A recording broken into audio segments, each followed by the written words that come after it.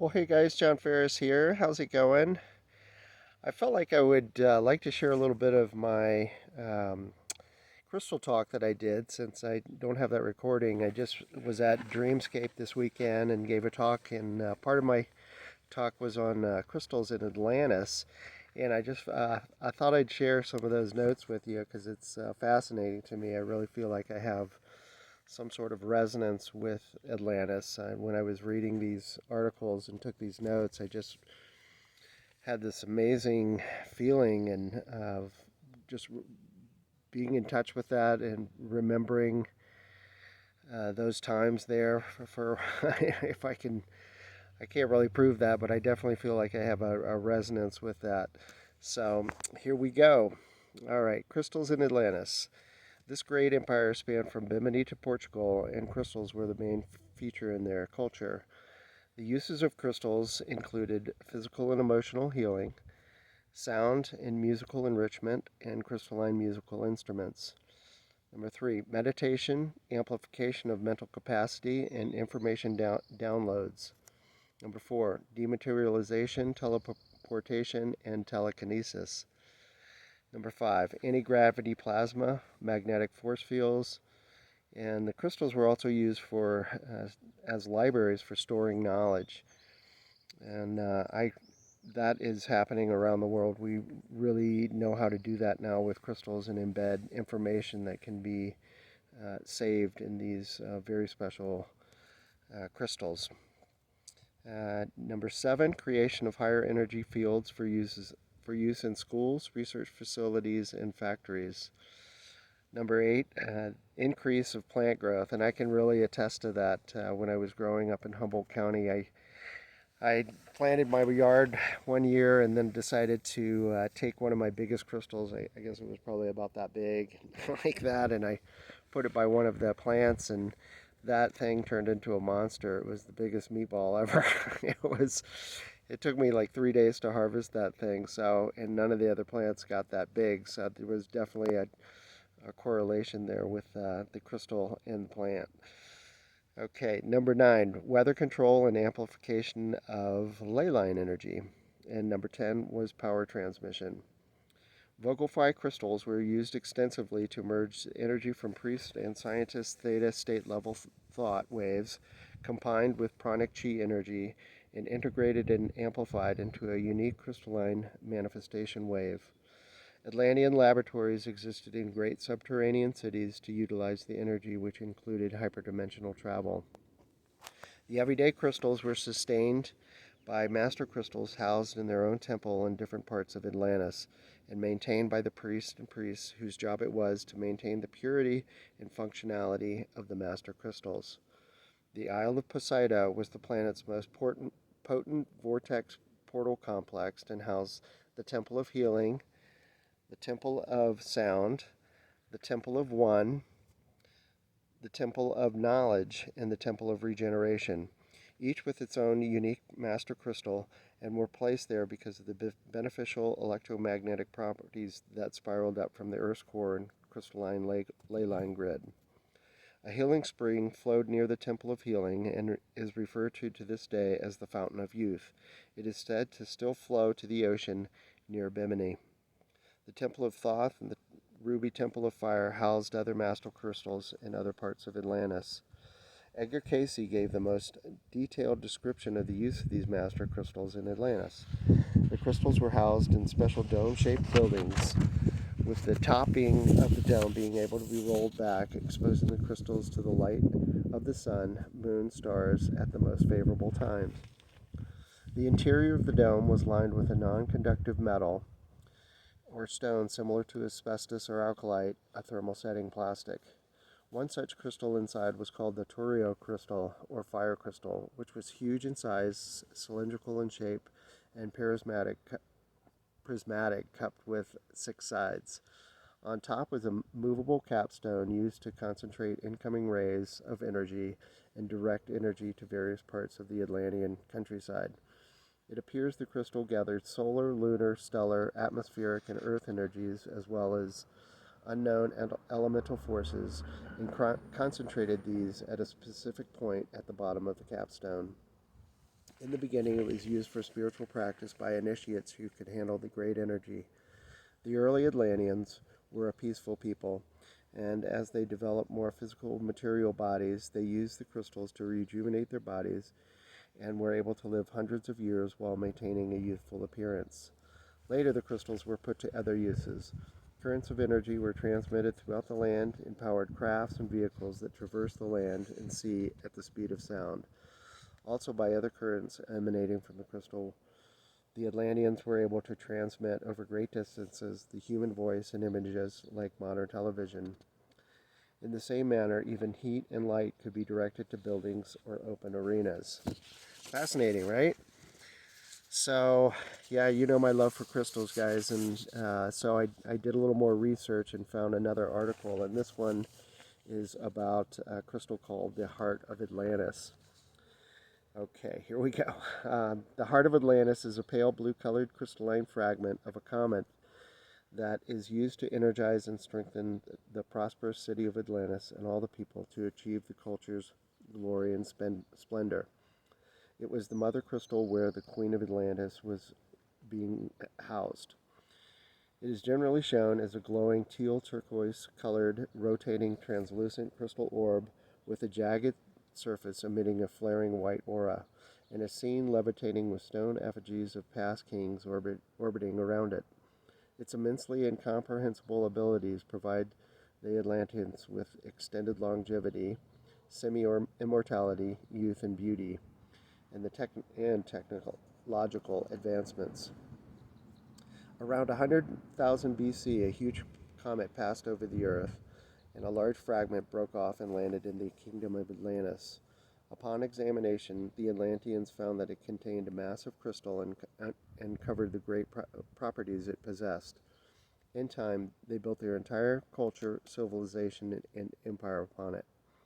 Since it's the sole source of all their magical strength and power, it became known as the Heart of Atlantis. The Atlanteans overextended their power by dominating other civilizations with ease. However, this soon proved to be their undoing, as an accidental weapons discharge created an enormous tsunami that threatened to wipe out the entire empire. The Heart of Atlantis acted, bonding with the city's queen to generate a protective barrier around the center of the city. Those within were saved, but those who did not make it to the center of the city before the protective barrier fully enveloped it were shut out and ultimately killed as the tsunami wiped out the surrounding area outside the force field surrounding the inner city, surrounding the inner city that at that point was slowly sinking into the earth. The time and power consumed to save the people had resulted in the queen being lost to the mystical crystal forever. Humbled and ashamed of how the loss of the empire and his wife came about, King Keshakem Nadek had all past records of Atlantis destroyed and hid the crystal deep within the city through the throne room in hopes of preventing history from repeating itself, and Kita from suffering the same fate as her mother. Over time, all knowledge and history of and the crystal had been virtually forgotten. Some time later, however, a shepherd named Aziz accidentally wandered into Atlantis and spent 2 years secretly immersing himself in the culture, discovering how to locate the crystal and some properties it contained. He would record the information he called in a series of scrolls that would be converted over time into the shepherd's journal. And I actually read this sublink on this shepherd's journal, and it's fascinating. This journal went through so many different cultures' hands. The Vikings, Plato got his hands on it and shared that with his people, and it's more than I can get into here, but it was a fascinating journey of this journal. So, in 1911, the expedition funded by Preston Whitmore under the guidance of Thaddeus Thatch ventured to Iceland, where the Shepherd's Journal was successfully found. 3 years later, Whitmore would fund another expedition, this time to following the directions supposedly written in the book that would lead the journeymen to Atlantis. Because of Thaddeus's passing, his grandson Milo Thatch would be the guide. The expedition would reach Atlantis, finding to their astonishment that it was still alive, albeit barely thriving. Sometime later, the expedition commander, Lau Rourke, revealed to Milo that the group members were actually hired mercenaries. Oh no! With their help, along with coercing Milo, Rourke proceeded with his attempt to steal the heart of Atlantis and sell it on the black market, disregarding the consequences doing so would result in. Upon discovering the location, let's see, lost my place here. Disregarding, upon discovering the location of the crystal, it called to the king's daughter, Kida, to be bonded with it. It is presumed that this was done to prevent immediate bloodshed. Milo would lead an effort to stop Rourke from escaping with the crystal and succeeded. However, the battle that occurred caused a dormant volcano to awaken. Milo and the others managed to bring the heart of Atlantis back to the city just in time for it to create a barrier that would protect the city from the flowing lava. It would then release Kida, having accomplished its task of saving the queen and city. Accomplished its task of saving the city. There we go. The heart of Atlantis once again hovers high above the city as a beacon of light and hope for the people. Okay, let's see. A little bit more here, guys. Hope you're enjoying this. I just find this fascinating, right? The heart of Atlantis contains mystical properties that even the Atlanteans cannot fully comprehend. The crystal shards are shown to provide phenomenal longevity with the ability to extend an individual's lifespan by almost 500 times that of an average human. It also supplies knowledge into technological advancement that is still, to this day, far superior to that seen on the surface. The heart of Atlantis appears to be a sentient and autonomous being, as it freely has a mind of its own, able to act and think for itself, and react on its own accord when necessary. It thus has its very own consciousness, emotion, sensation, and character. This is generally shown whenever the city is unable to defend itself against a certain threat. If it senses danger, the heart will turn a crimson red and use search-like beams of mystical light to search for a host. It will only accept an Atlantean of royal blood to serve as its host.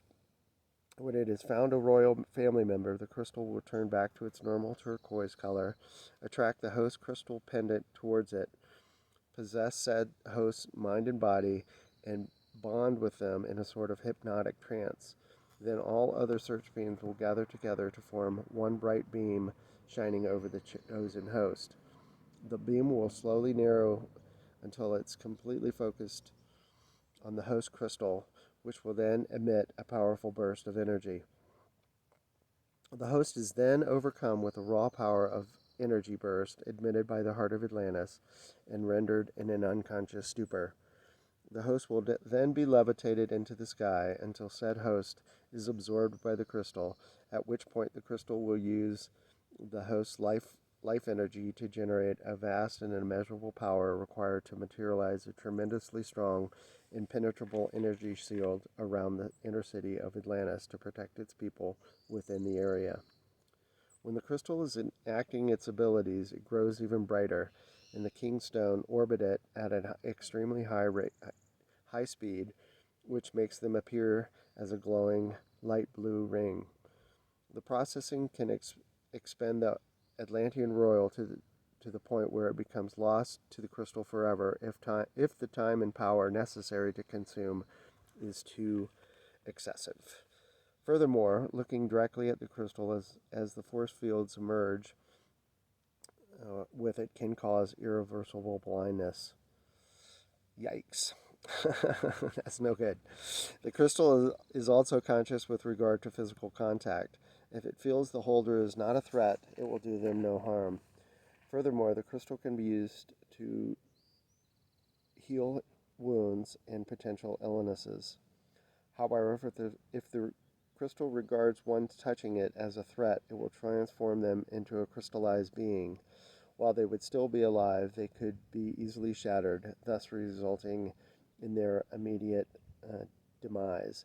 Sounds like a Bible verse, right? Like what was it, Sodom and Gomorrah? She turned to a salt crystal. I find that interesting. Um, let's see here.